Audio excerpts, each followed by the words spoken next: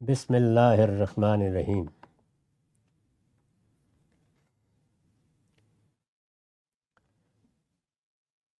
وعن ام سلمہ قالت لها امرأة انی امرأة اطیل ذیلی وامشی فی المکان القذر قالت قال رسول اللہ صلی اللہ علیہ وسلم یطہرہ ما بعدہ۔ یہ ام سلمہ کی روایت ہے۔ یہاں یہ رقم 504 کے تحت درج ہوئی ہے۔ اس کو امام مالک نے روایت کیا ہے، امام احمد نے، ترمذی نے، ابو داؤد نے، دارمی نے۔ یہ بیان کرتی ہیں کہ ان سے ایک خاتون نے کہا، سیدہ ام سلمہ سے، کہ میں ایک ایسی عورت ہوں کہ جس کا دامن بہت لمبا ہوتا ہے، جیسے عرب کرتے سے پہنتے ہیں، اور بعض اوقات خواتین بہت لمبے دامن کا کرتا پہنتی تھیں۔ کرتا ہی ہوتا تھا اوپر سے اور وہ نیچے تک چلا جاتا تھا۔ انی امرأۃ اطیل ذیلی۔ اب وہ کہتی ہیں کہ میں آتی ہوں، باہر جاتی ہوں، تو ایسا ہوتا ہے کہ کوئی ایسی جگہ سے بھی گزرتی ہوں جہاں پر کچھ غلاظت ہوگی یا ایسی کوئی چیز ہوگی، وہ لگ جاتی ہے کپڑے کو۔ تو انہوں نے جواب دیا کہ، یعنی سیدہ ام سلمہ نے جواب دیا کہ قال رسول اللہ صلی اللہ علیہ وسلم یطہرہ ما بعدہ۔ یہ اوپر بھی بیان ہو چکا ہے اس سے پہلے ایک روایت میں، کہ جب لوگ باہر چلتے پھرتے ہیں تو جوتے کو بھی کوئی چیز لگ جاتی ہے۔ میں نے بتایا تھا کہ رسالت مآب کے زمانے میں تو لوگ جوتوں کے ساتھ ہی مسجد میں نماز پڑھتے تھے۔ اس طرح کی کوئی چٹائیاں وغیرہ نہیں بچھی ہوئی تھی، عام طور پر کنکر ہی بچھا دیے جاتے تھے، انہی کو ہموار کر کے لوگ نماز پڑھ لیتے تھے۔ جہاں تہاں سے آتے تو کچھ نہ کچھ پاؤں کو لگ جاتا۔ اس میں بھی رسول اللہ نے یہی فرمایا کہ وہ اگر ایک جگہ سے لگتا ہے تو چلتے چلتے دوسری جگہ سے خود ہی گھسٹ کر صاف بھی ہو جاتا ہے۔ مطلب یہ ہے کہ اس طرح کی چیزوں کو زیادہ مسئلہ نہ بنایا کرو۔ یہی ہمارے دین کی تعلیم ہے۔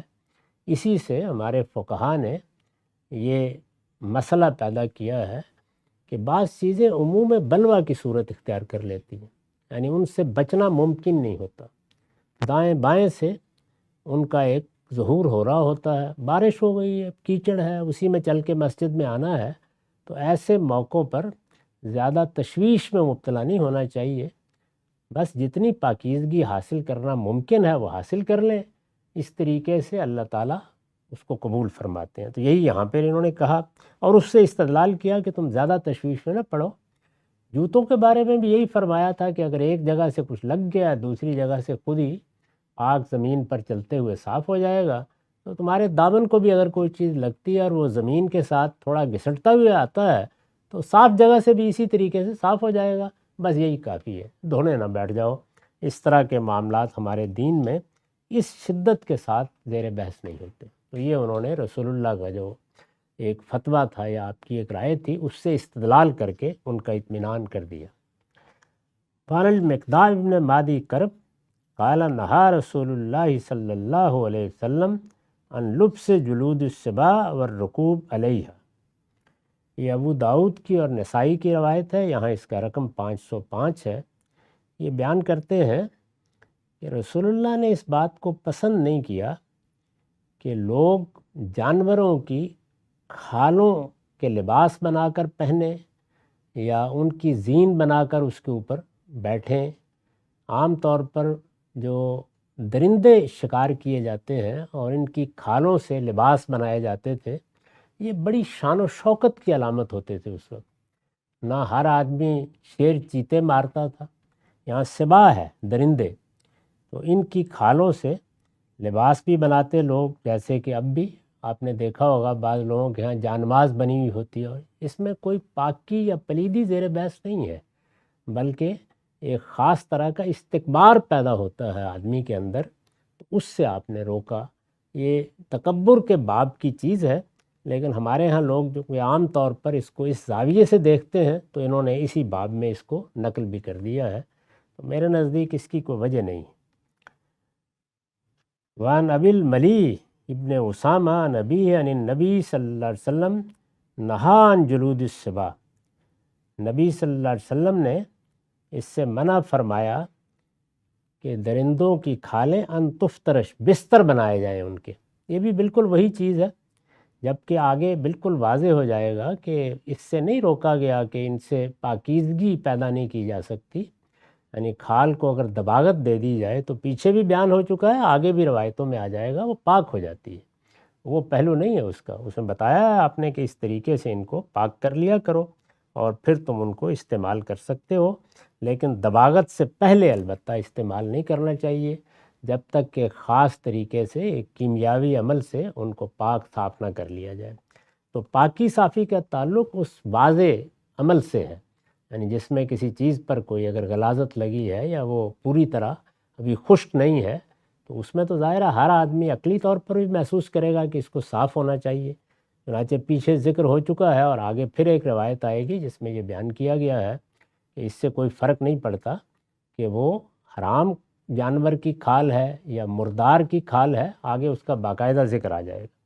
تو ان سب کو جمع کرنے کے بعد یہ معلوم ہوتا ہے کہ روکنے کی جو وجہ بنی ہے وہ در حقیقت یہ ہے کہ یہ کھالیں، اور بعض روایتوں میں بھی اس کا ذکر آتا ہے کہ چیتے کی کھال ہے، اسی طریقے سے شیر کی کھال ہے، اس کو گویا اس زمانے میں ایک فخر کی، استکبار کی علامت سمجھا جاتا تھا، تو آپ نے متکبرانہ لباس سے، متکبرانہ رہن سہن سے، جس میں دوسروں پر دھونس جمائی جائے، اپنے مال و دولت کی نمائش کی جائے، دوسروں پر اپنی بڑائی کا اظہار کیا جائے، اس کو پسند نہیں فرمایا، بس ناپسند کیا اور بتا دیا اس کو۔ عن عائشہ رضی اللہ عنہا ان رسول اللہ صلی اللہ علیہ وسلم امرا ان یستمتع بجلود المیتۃ اذا دبغت۔ اب یہ دیکھیے اسی بات کی وضاحت کر دی گئی ہے کہ اس کا ان کے کوئی مردار ہونے یا ان کے حرام ہونے سے کوئی تعلق نہیں ہے۔ سیدہ عائشہ بیان کرتی ہیں کہ رسول اللہ صلی اللہ علیہ وسلم نے ہمیں ہدایت فرمائی کہ تم ان جانوروں کی کھالیں استعمال کیا کرو جب کہ ان کو دباغت دے دی جائے، یعنی ان کی کھالیں استعمال کرنے میں کوئی معنی نہیں۔ کون ہے؟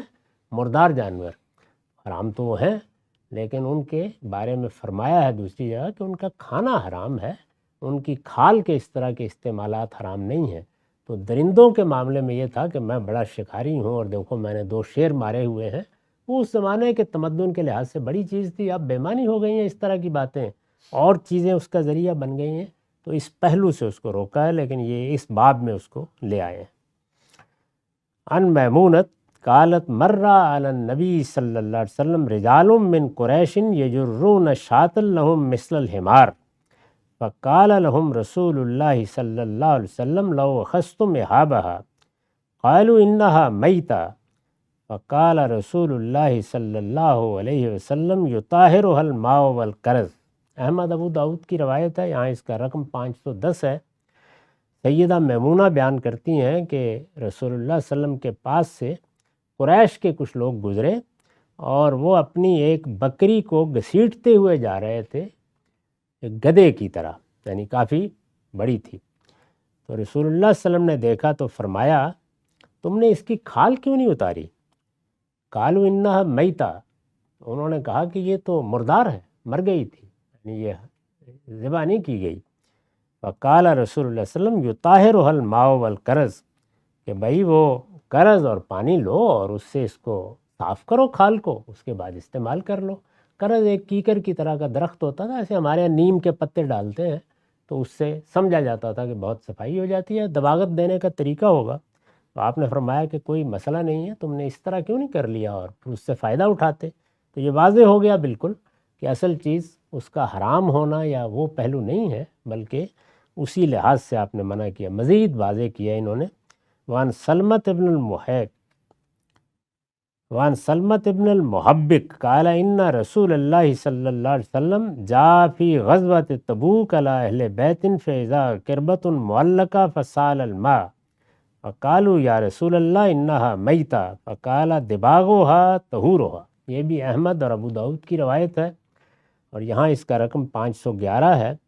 یہ بیان کرتے ہیں کہ رسالت مآب صلی اللہ علیہ وسلم نے فرمایا، بیان کرتے ہیں کہ رسول اللہ صلی اللہ علیہ وسلم تبوک کے سفر میں ایک گھر والوں کے پاس ٹھہرے، وہاں پر ایک مشکیزہ لٹکا ہوا تھا تو آپ نے پانی مانگا ان سے، تو انہوں نے کہا یا رسول اللہ اب ہمیں معلوم ہو گیا ہے کہ جو مردار جانور ہیں وہ حرام ہیں، تو یہ تو اسی مردار جانور کے کھال سے بنا ہوا مشکیزہ ہے، آپ نے فرمایا تم نے اس کو دباغت دے کے صاف کر لیا، اب یہ پاک ہے۔